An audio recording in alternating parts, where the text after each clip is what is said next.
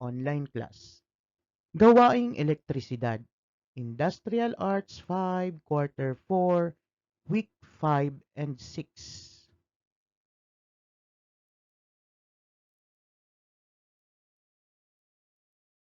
Ang aralin na ito ay tumatalakay tungkol sa mga proyektong ginagamitan ng elektrisidad at mga kaalaman at kasanayan sa gawaing elektrisidad.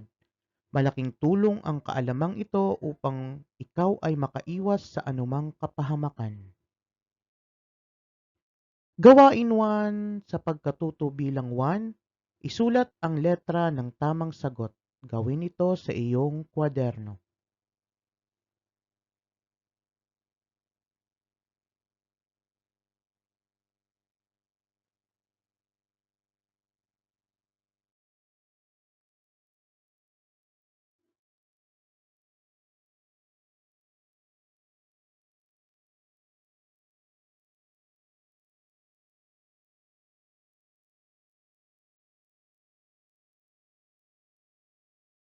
Gawain sa pagkatuto bilang number 2, sagutin ng tama o mali.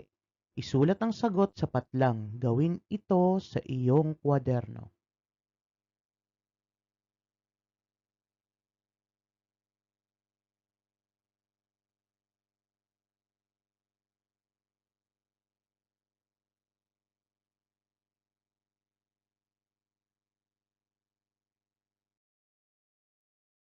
Mga kasangkapan at kagamitang elektrikal. Kagamitang panghigpit. Screwdriver. Ito ay ginagamit para luwagan o higpitan ang tornilyo. Stubby screwdriver. Ito ay ginagamit na panghigpit o panluwag ng mga tornilyo na sa mas sikip na espasyo kung saan hindi kasya o hindi abot ng pangkaraniwang screwdriver. Standard flat screwdriver. Ginagamit ito para luwagan o higpitan ng tornilyo na ang dulo ay manipis na pahalang. Claw hammer. Ito ay ginagamit na pamukpok o pantanggal ng pako. Kagamitang panghawak. Una, combination pliers. Ito ay ginagamit na panghawak o pamputol ng wire, kable, or maliit na pako. Long nose pliers. Ito ay ginagamit na panghawak o pamputol ng manipis na kable ng kuryente. Bench vise. Ito ay ginagamit na panghawak o panghigpit. Kagamitang pamputol. Hacksaw. Ito ay ginagamit na pamputol ng bakal, tubo, at iba pang uri ng metal. Pipe cutter. Ito ay ginagamit na pamputol ng bakal. Side cutting pliers. Ito ay ginagamit na pamutol ng maliit o malalaking wire. Paraan ng paggamit ng kasangkapang pang-elektrisidad. Una, screwdriver.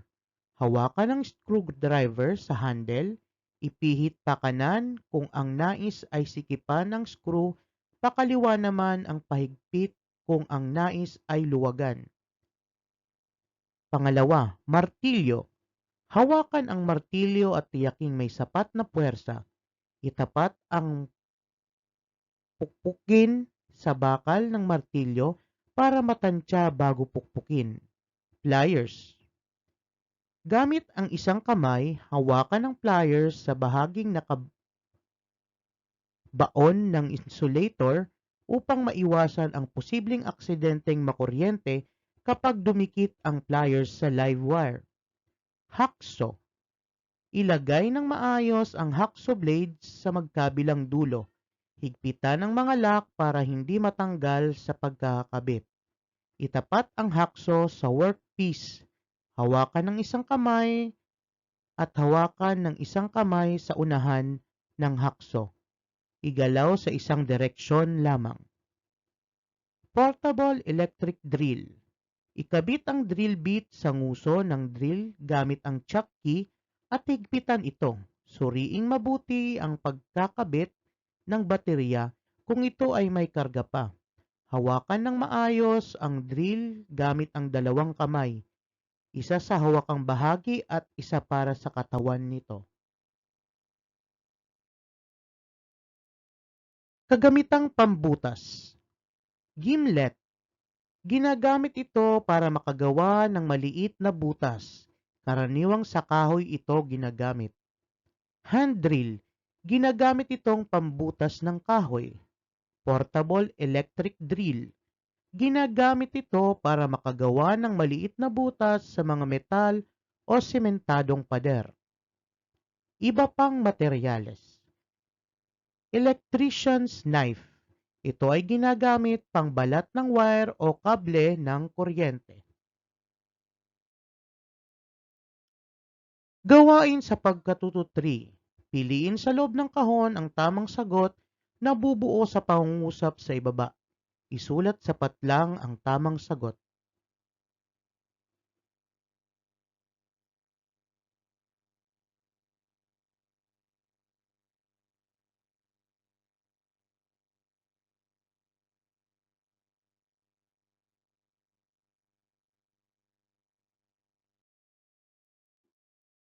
Ito po uli ang inyong Sir Ryan B. na nagsasabing maraming salamat po. Sana po ay may natutunan kayo ngayong araw.